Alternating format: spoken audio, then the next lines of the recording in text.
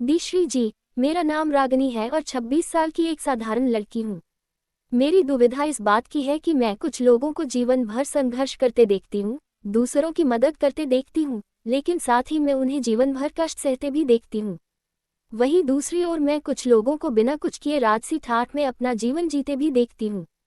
मैं अक्सर दुविधा में रहती हूँ कि परमात्मा का ये कैसा न्याय है। क्या ये भाग्य का खेल है या कर्म का?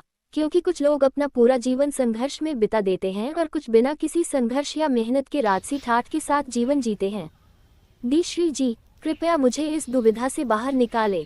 ये संसार का खेल जो है ना, न कर्मों का खेल है, न भाग्य का खेल है। यहाँ सारा खेल अपने अपने विचारों का है, अपने अपने विचारों का है।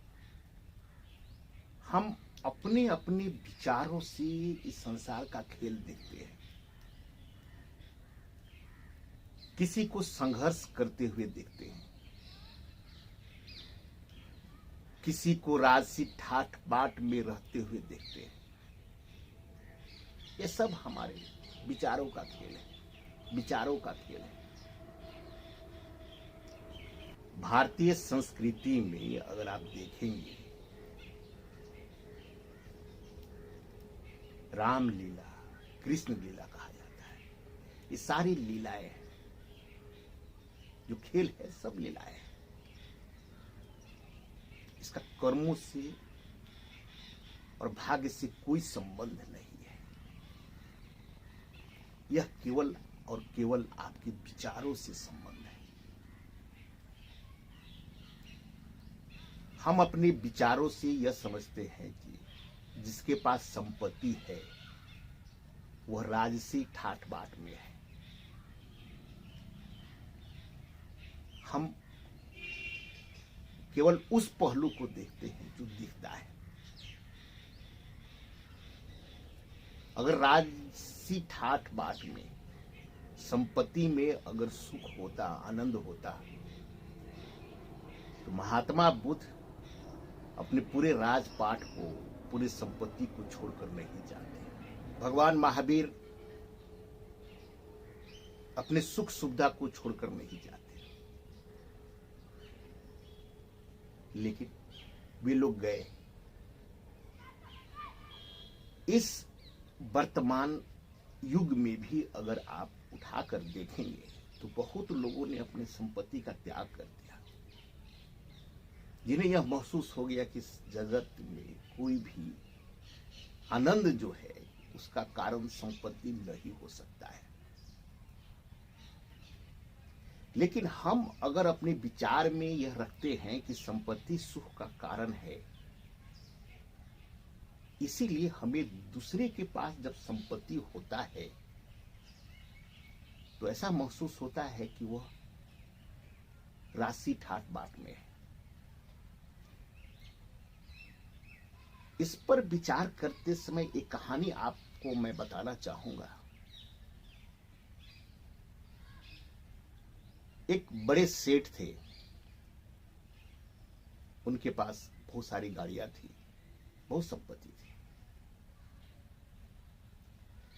उनका जो एक गाड़ी साफ करने वाला था, उसके नजर में लगता था कि सेठ को बड़े मजे हैं, राशि ठाट बाट में रहता है, कोई प्रॉब्लम नहीं है।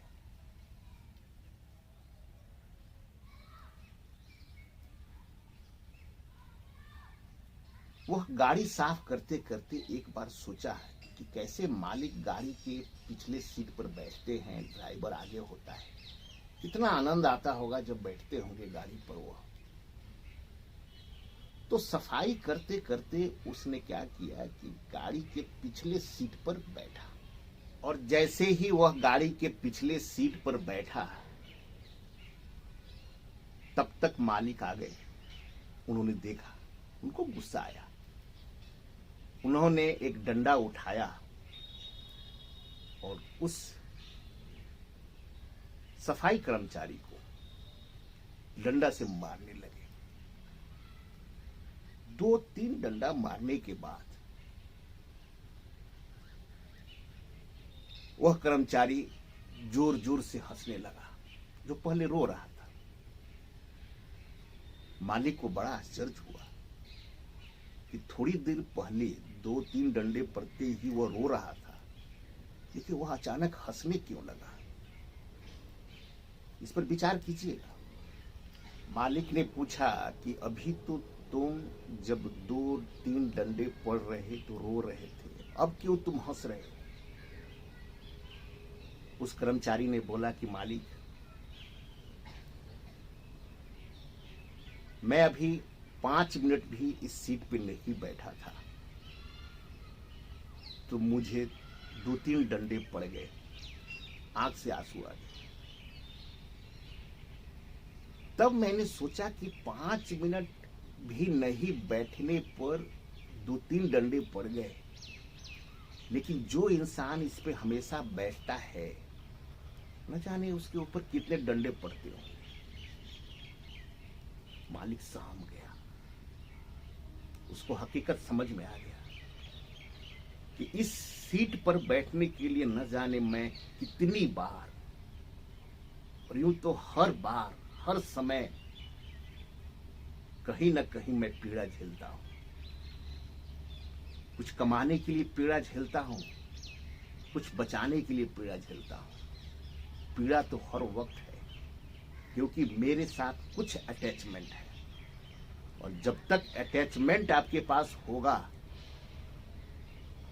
तो पीड़ा तो आपको होगी।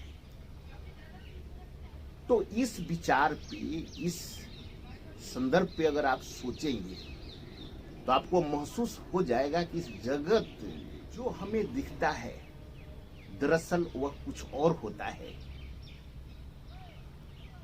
हकीकत में सब कुछ बराबर ही होता है, केवल हम अपने विचारों के कारण किसी को अच्छा या किसी को बुरा मान लेते हैं। इस जगत बनाने वाला हमसे अनंत गुना बुद्धिमान है, सर्वशक्तिमान है। क्या वैसी रचना बनाएगा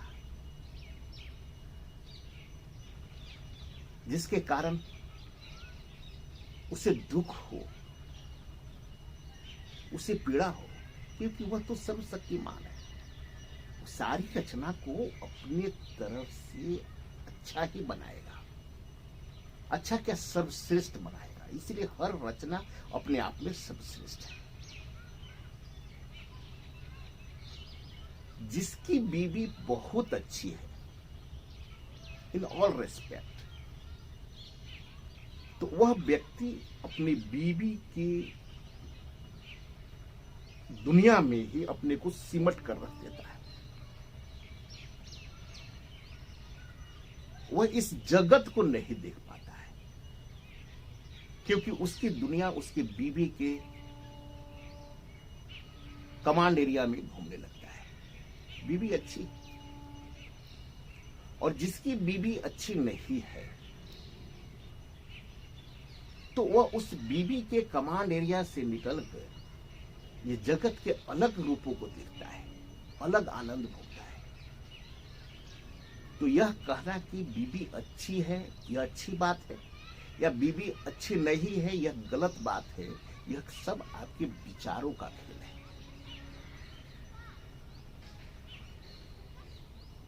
यहां पे जो भी घटना घटती है वह सब परमात्मा की लीला है। अगर इस तथ्य को अगर आप समझ गए तो आपके जीवन में केवल आनंद ही आनंद होगा, परम आनंद होगा। मैं पहले भी कई बार कहानी बता चुका हूं, फिर एक बार बताता हूं कि एक आदमी अपनी गाड़ी को लेकर बैक कर रहा था। बैक करते समय गाड़ी पर ठोकर लगती है, गाड़ी डैमेज हो गया। वह उतरता है, देखता है, फिर चुपचाप मुस्कुराकर आनंद में चला जाता है। इस घटना को एक व्यक्ति देखते रहता है।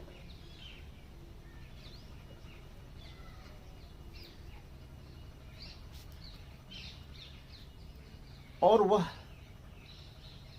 अगले दिन एक डंडा लेकर उसके गाड़ी को मारता है। वह व्यक्ति फिर गाड़ी से निकलता है और देखता है, थोड़ी देर रुकता है, फिर गाड़ी में बैठकर आनंद के साथ चलने लगता है। तब तक वह व्यक्ति उसके पास पहुंचा और बोला कि श्रीमान, कल तो आपकी गाड़ी ठोकने में किसी की गलती नहीं थी और आपका गाड़ी डैमेज हुआ, तो मैं मानता हूं कि किसी का कोई कारण नहीं था, तो आपको लगा होगा संजोग है और आप मुस्कुराकर आनंद में चले गए। लेकिन आज तो मैंने गाड़ी को खुद मारा है, मेरी गलती है, तो आपको गुस्सा नहीं आ रहा है? वह व्यक्ति बड़ा मुस्कुराया और आनंद में बोला, कल तो मुझे लगा कि संजोग है, परमात्मा की लीला है, इसीलिए गाड़ी टूट गया, मैं चला गया। आज जब आपने मेरे गाड़ी को मारा तो मैं उतर कर देखा और मुझे लगा कि आपकी गलती है। फिर थोड़ी देर में मुझे समझ में आया कि यह भी तो एक संजोग है ना। यह 8 अरब जनसंख्या में, इस अनंत विस्तार में, अनंत काल में एक आदमी यहां खड़ा होकर हमारी गाड़ी को नुकसान पहुंचा रहा है, यह भी तो एक संजोग की बात है। तो उस संजोग पे मैं क्यों अपने आप को नाराज करूं? इसलिए मैं मुस्कुराकर चल दिया। अगर इस तथ्य को समझे, अगर विचार करें आप, तो आपको जरूर महसूस होगा कि यह संसार में जितनी भी घटना घटती है वह सब केवल संयोग है, वह केवल इस परमात्मा की, इस सृष्टि को चलाने की एक कुशल प्रक्रिया है जो हमारे साथ घट रही है, उनके साथ घट रही है, उनके साथ घट रही है। और वो परम पिता परमेश्वर जो सर्वशक्तिमान है, उसकी रचना सर्व गुण संपन्न ही होगा। हम अपनी छोटी सी तुच्छ बुद्धि से किसी को देखते हैं कि यह बड़ा है, यह छोटा है, यह बहुत विद्वान है, यह बुद्धिमान है, यह बुद्धू है, इसके पास संपत्ति है, इसके पास संपत्ति नहीं है, इसके संबंध बहुत अच्छे हैं, इसके संबंध अच्छे नहीं है। ये सब व्यर्थ की बातें हैं, सब व्यर्थ है। अगर आप आनंद के भाव में जब आ जाएंगे ना, तो यह सब कुछ आपको आनंद देने लगेगा। इस जगत में अलग अलग पेड़ पौधे, पशु पक्षी, जानवर होते हैं, उसी प्रकार इंसान भी अलग अलग होते हैं। कोई इंसान एक दूसरे के बराबर नहीं होता है। सबकी अपनी अपनी लीला है और उस लीला को देखना ही एक लीला है। अगर यह समझ में आपको आ जाए ना, तो कोई भी इंसान संघर्ष करता हुआ नहीं दिखेगा आपको। आपको लगेगा कि वह लीला कर रहा है। कोई भी इंसान राशि ठाट बाट में नहीं देखेगा आपको। लगेगा कि वह आनंद में अपना कर्म कर रहा है।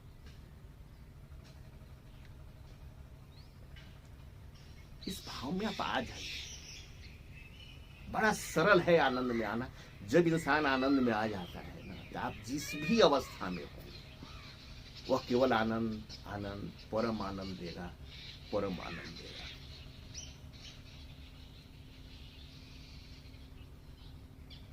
इस अवस्था में आने के लिए आपका क्या उपाय है? इसमें तो आपको हर वक्त मंथन करना पड़ेगा। आनंद आनंद परम आनंद में रहने के लिए आप एक बड़ा ही सुंदर विधि का प्रयोग कीजिए। मैंने पहले भी बुद्धि शुद्धिकरण साधना, ये बुद्धि शुद्धिकरण साधना का वीडियो इस YouTube चैनल पर उपलब्ध है, कृपया इसे अवश्य सुनें।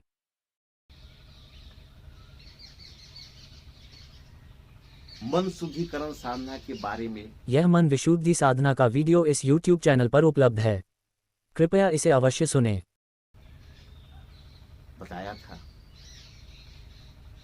आज एक तीसरी बात मैं बताता हूं आपको।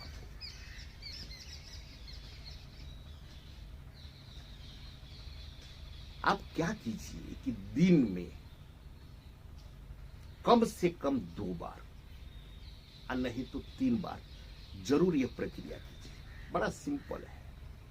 आप दिन में कम से कम 2 बार मरने का नाटक कीजिए। सोचिए क्या कि आप मर गए। आप ऑफिस में हो, घर पे हो, कहीं भी हो, जब लंच का समय हो या आराम का समय हो, 1 बजे दिन में और रात में सोते समय, आप क्या कीजिए कि अपने शरीर को छोड़ दीजिए। मन भाव से सोचिए कि आप मर चुके हैं। वैसे तो आप हर वक्त मर रहे हैं, लेकिन यह सोचिए कि आप मर गए हैं। आप सोचिए कि मर चुके हैं। मरने के बाद आप की सोच समाप्त हो गई है। आपके बारे में लोग कुछ बोल रहे हैं। कोई आपको जलाने की प्रक्रिया कर रहा है, कोई दफनाने की प्रक्रिया कर रहा है, कोई कुछ आपको बोल रहा है, कोई आपकी अच्छाई कर रहा है, कोई बुराई कर रहा है। आपको कुछ असर नहीं पड़ रहा है शरीर पे, क्योंकि आप मर चुके हैं। तो आपकी आत्मा निकल कर इधर उधर घूम भी रही है। आप चारों तरफ देख रहे हैं। इस संसार को आपकी जरूरत अब कुछ नहीं है।